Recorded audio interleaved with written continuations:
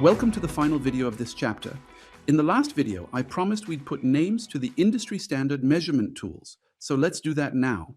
These are the shared yardsticks that make one company's CSR comparable with another's. Start with Community Mark, which is presented as a top tool specifically for measuring community involvement. Then GRI, the Global Reporting Initiative, the first global standards for sustainability reporting, and still one of the most influential. We'll come back to it. Then SASB, which is focused on measuring the financial impacts of sustainability.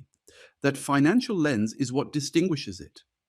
Then B Corp certification, used for aligning a company's practices to a whole array of CSR goals. Think of it as a badge a firm earns by passing an assessment. Then the UN frameworks, global compacts such as the UN Sustainable Development Goals, the SDGs that guide both countries and organizations toward greater sustainability and corporate responsibility. And finally, the International Labour Organization's supplier frameworks, the ILO, for companies that want to ensure human rights are respected throughout their supply chain. Notice how each tool has a different center of gravity: community, reporting, financial impact, certification, global goals, supply chain rights. And that variety is itself the lesson. There is no single master tool that measures all of CSR at once. Instead, there's a toolbox, and which instrument you reach for depends on what you're trying to capture. A firm that cares most about its factories overseas will lean on the ILO frameworks. One chasing investors will care about SASB's financial lens. A small consumer brand might pursue B Corp certification as a visible mark of trust. Part of measuring CSR well is simply knowing which of these tools fits the question you're actually asking. If this is the sort of thing you're after, consider hitting subscribe. That way, the rest of the series will find you automatically. Now, alongside those tools, it helps to have a framework for thinking about what CSR actually delivers to a business. And here's a nice one built around a series of returns. Revenue. CSR can drive cost savings, new customer acquisition, and better customer retention. Reputation. Greater brand awareness and measurable improvements in how consumers perceive the company. Recruitment. The amount of top talent the organization manages to attract. Remember, we saw in video 1 that people want to work for firms whose values they share. Retention. Increased employee retention, engagement, and satisfaction, so you keep that talent once you've got it. Relationships. Improved business partnerships up and down. Improved business partnerships up and down the value chain. And impact. Measurable positive outcomes based on community assessments and KPIs. What I like about this framework is that it ties the soft language of responsibility back to hard business logic. Each item is something a chief financial officer can recognize, which is precisely how you build a durable case for CSR inside a company, rather than treating it as a cost to be tolerated. This slide continues the framework theme with a visual overview, again drawing on Diaz-Canamero and colleagues from 2020.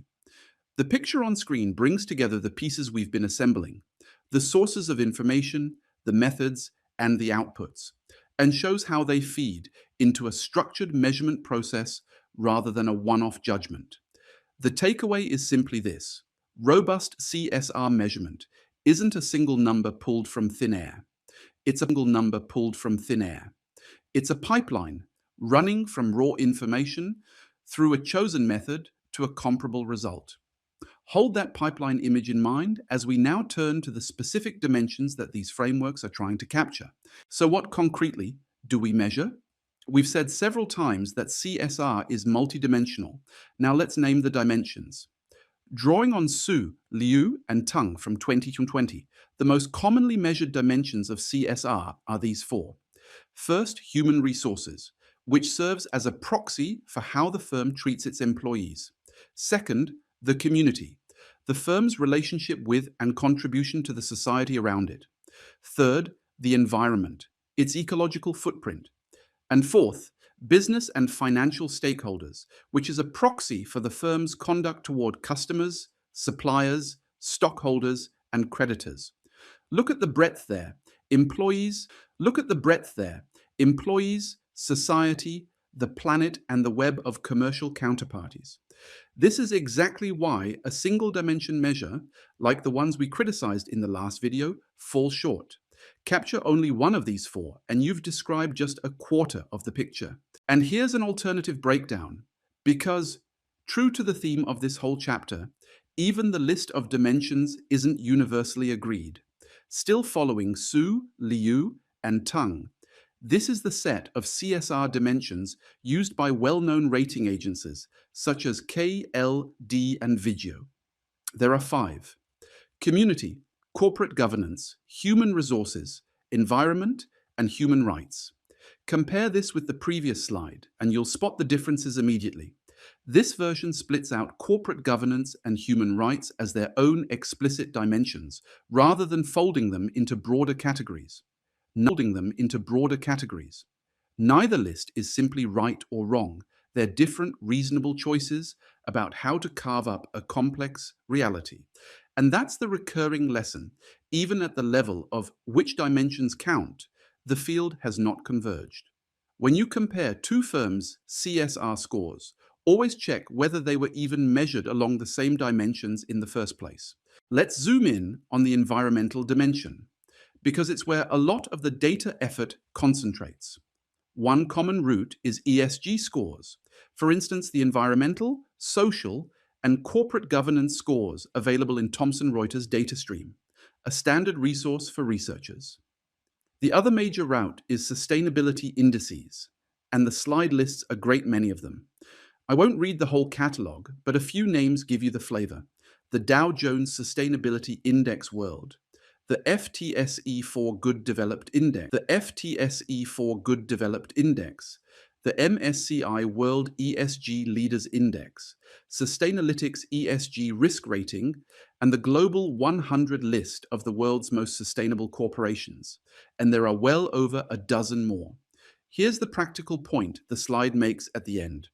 All of these ratings, rankings, and indices express their result as a score, some running from 0 to 100, others from 0 to 120. That sounds tidy, but think back to everything we've said.